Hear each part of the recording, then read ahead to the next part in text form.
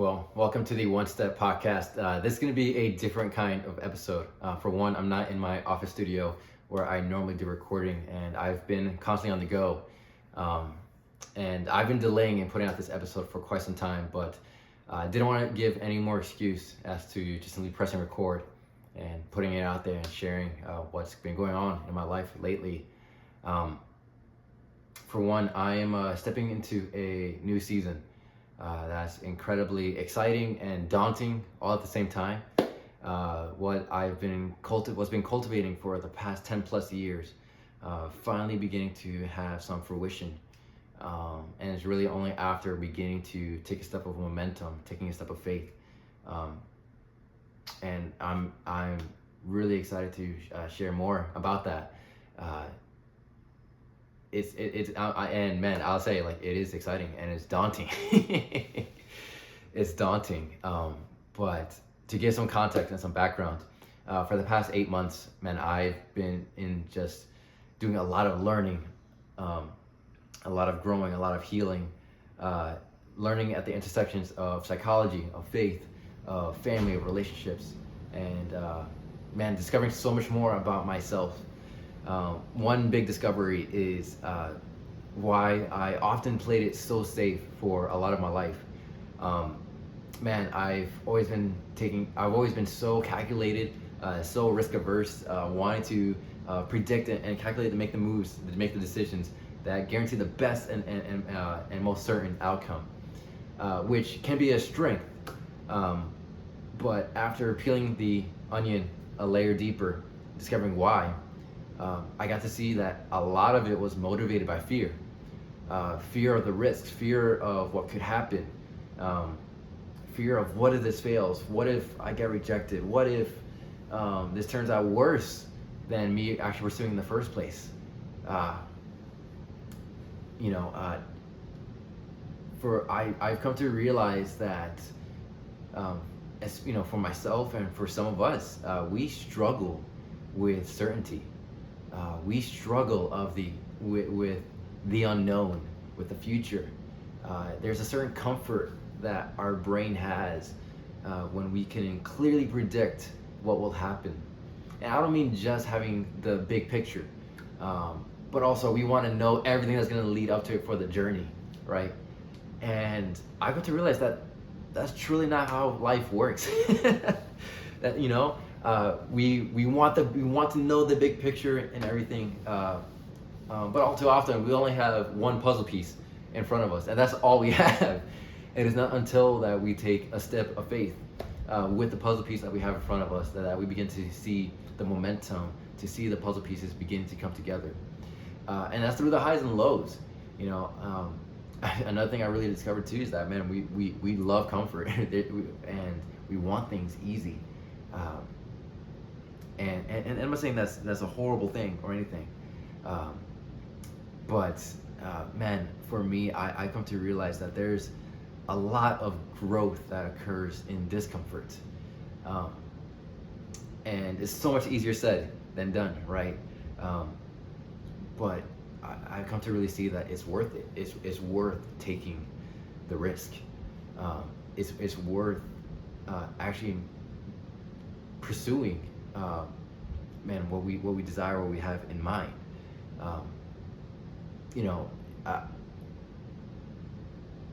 There's a certain idea that we have to have it all figured out, right? And man, that's not faith at all. Faith is the confidence of what we hope for, the assurance of things that we do not yet see. And for me, I've had a very clear picture of, what I desire to see in fruition, in as my own contribution in this world,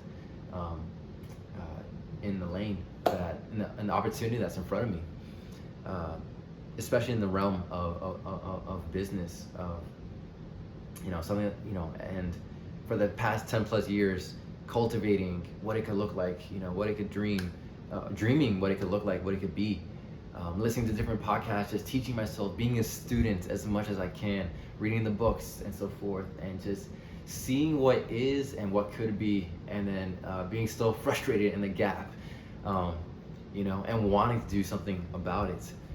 Seeing the opportunity that we have, in the marketplace, in whichever space that we occupy, to bring good change in whichever space we're in. To lead better, to lead from a place of generosity rather than greed. If you come from a faith-based background like I do, there are certain streams of thoughts and ideas that you need a certain confirmation before you make a decision or progress with an idea and pursuing something. And while that may be true for some scenarios, I believe that I've come to realize, especially for myself, that is often tied to a lack of trust in our own decision making, thinking that we need something or someone else in order to validate our choices. And I've come to realize for myself that was often tied to fear. Fear of failure, fear of rejection, fear of ending up something worse, than before. Fear of making a previous mistake. For some of us, it could be fear of being outside the will of God.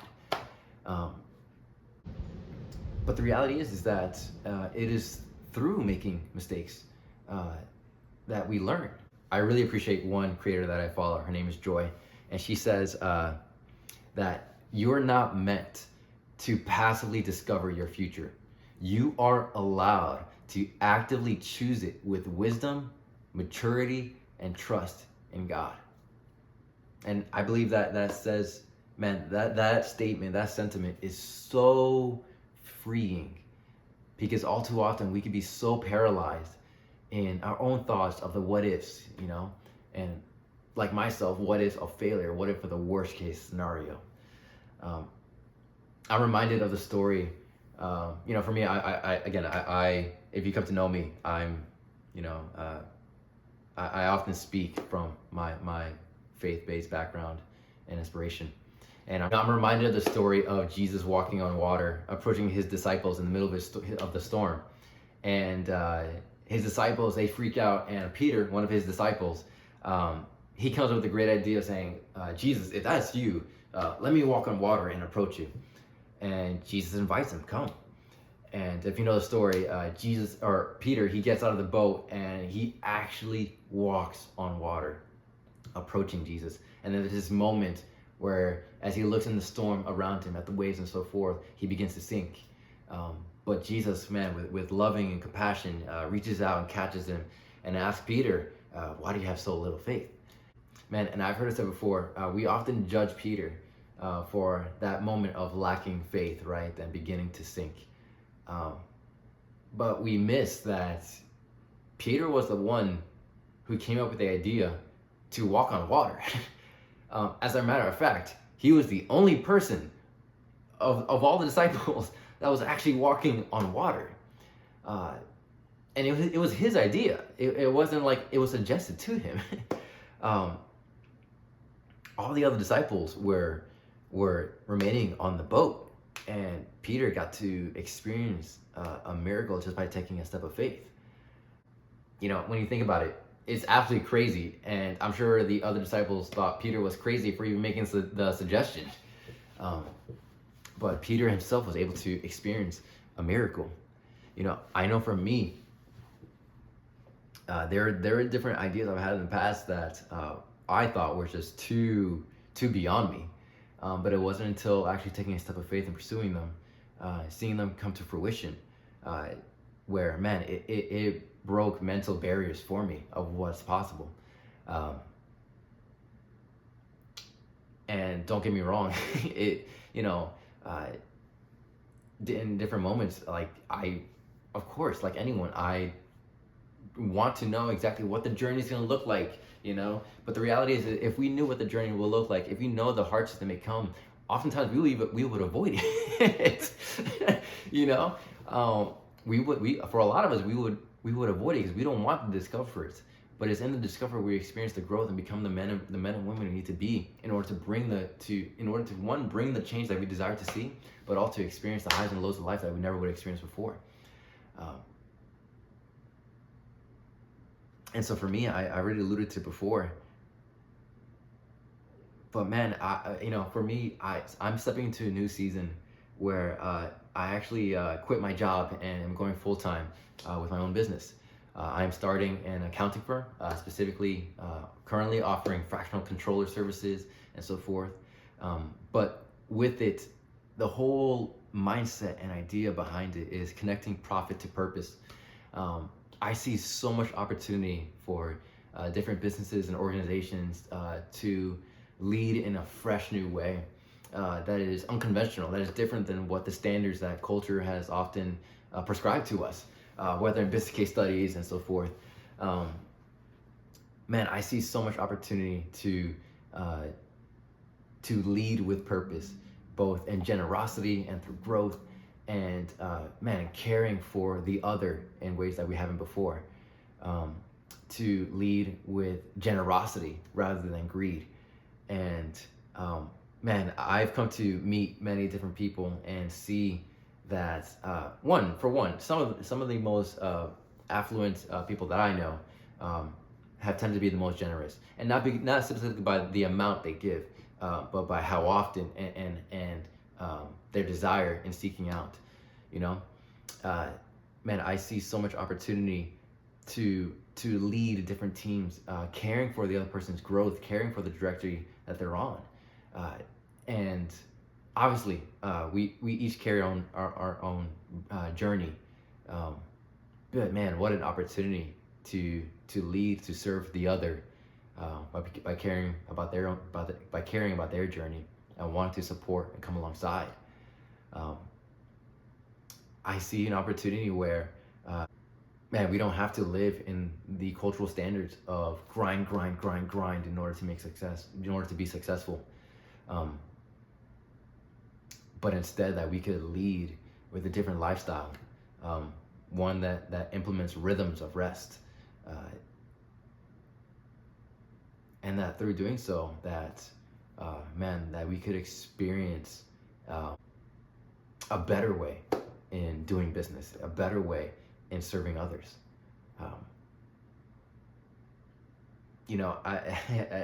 For the past month, I've just been in memory lane. I've already quit my job over a month ago, and have been full time for myself.